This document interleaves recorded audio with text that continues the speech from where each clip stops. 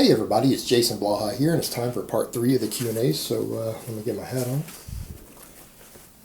Get to the first question, and let's knock this one out. Alright. Would a shallow incline bench press offer advantages over the standard 45-degree incline bench press for a recreational lifter just trying to get big and strong? It really depends. Really depends. You know what? For a lot of people, the 45 degree is fine. Some people aren't going to get ideal chest development out of a 45 degree, mainly because they tend to let their scapula come apart. They have technique issues. Some people, particularly those who struggle with chest development, might want to go a little shallower than 45. They might want to do a 30 degree on the incline bench. And so that they can focus better on scapular retraction, keeping their shoulder blades pulled together so that they can get a little more focus on their chest, particularly at the bottom of the exercise. But you know what? This really depends upon the individual person's genetics. There are plenty of people out there who can build a big chest doing nothing but push presses and overhead press, which are traditionally thought of as shoulder exercises, but they're actually chest developers too. Obviously, someone who struggles with chest development, getting shallower than being completely vertical, or even shallower than the 45 degree angle, might be necessary for someone who maybe has a small rib cage. They struggle with overall chest development, and it's really important to them. But that's going to come down to individual genetics, individual structure. So again, it's really what it's going to come down to. What I would say is that the best way to tell for that, if your chest is small, it's lagging, you want it to be bigger. Not everyone cares about a big chest. And you really struggle to keep your scapula completely retracted for the entire exercise, top to bottom on the incline, you might want to consider going a little bit shallower on it so that you get a little less shoulder development out of it and a little more chest. But it's going to depend again upon the individual. All right, next question. What are your recommendations for men with small arms increasing their deadlifts? For example, I'm stuck at a 350 times 5 deadlift. I've noticed that the best deadlifters in the world, the bar never seems to come close to their genitals. However, when I deadlift, the bar path ends up in my pubic region. If it matters, I have my bench press is 315 times 2 with 2-second pauses, squat 315 times 5 with a 2-second pause at the bottom. All right, brother. It sounds to me like you have short arms. And again, you're noticing the benefit on your bench press. So when you mean small arms, you're going to mean shorter arms. People with shorter arms tend to be good at the bench press, and the deadlift tends to be a worse exercise for them. People with long arms tend to be better at the deadlift and less good at the bench press. Pretty normal. What I would say to you, if you have longer arms and you want to improve your conventional deadlift, probably the best thing you could do would be to do more deficit work. Do more work off of a deficit. And the reason I say that, because you have shorter arms, you are having to pull the bar a longer distance than other people. It also means that you're going to be even weaker out of the bottom than other people. And deficit deadlift work will help you bridge that gap a little bit. It'll help you get better at the bottom. It'll help you learn to get tighter at the bottom so that you can at least get the best leverage as possible for the part of the exercise that is really killing your ability to get strong at it due to your shorter arms. And that's probably the best thing you could do. And you know what? Like any other exercise, it doesn't matter if you're not genetically built with your structure to be ideal at an exercise. You can still keep getting better at an exercise even if you don't have the perfect structure for it. Does it mean that you'll be able to break a world record? Probably not. Probably not.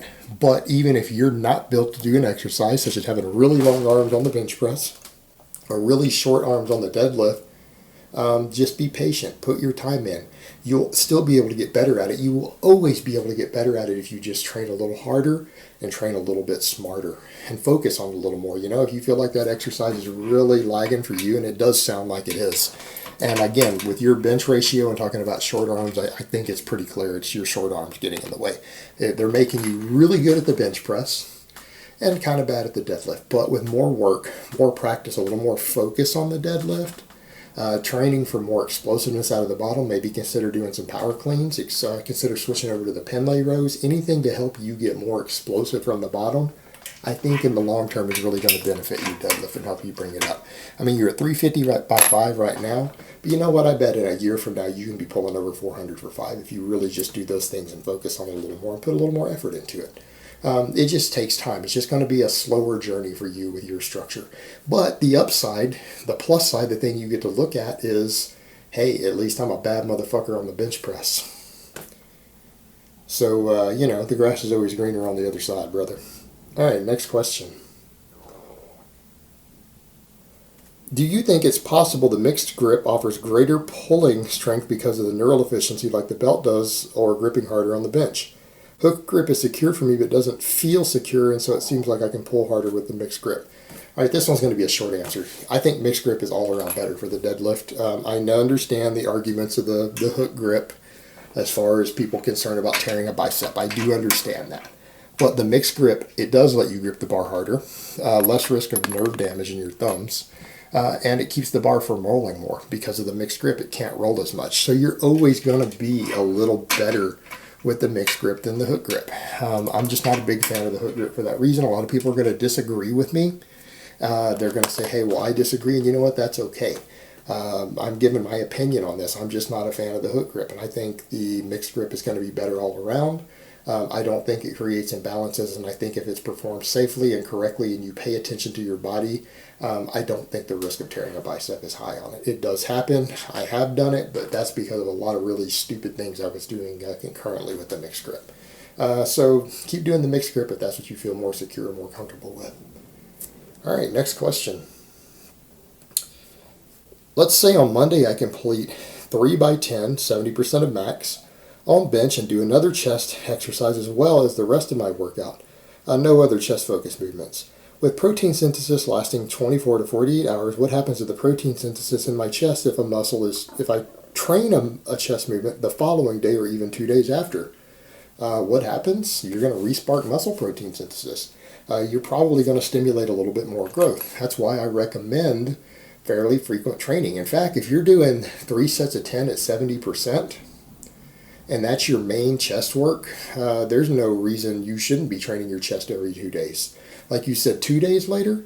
Oh yeah, I mean, if that's not that intensive a workload, that's not that much work, if you come in and do that, there's no reason you can't train your chest in 48 hours and actually see maximum growth. Now, as far as working in between, it's going to depend on how hard you push yourself workout to workout and what your tonnage and workload looks like. Meaning that extra day, the very next day, if you're doing too much tonnage, you're not recovering properly, maybe some of your days are too heavy back to back, you're going to start to regress just due to overreaching and under recovering. But if you're just doing a slightly lighter workout and you're waiting 48 hours before you do something like the 3 by 10 again, and you're coming in and just doing some dips or something, you're probably just going to re-spark the protein synthesis, and you very well might see more chest growth overall. I don't think it's going to hurt you in any way. But like I said, it really depends on relative strength. But you need to remember 3 sets of 10 at 70%, when your max bench press is 200 pounds, is a hell of a lot easier to recover from than when it's 400 pounds. Because you're talking about coming in and doing 3 sets of 10 with like 300 pounds instead of 150. It is much harder to recover from that, no matter what you're doing, no matter how much work capacity you have or what drugs you're using.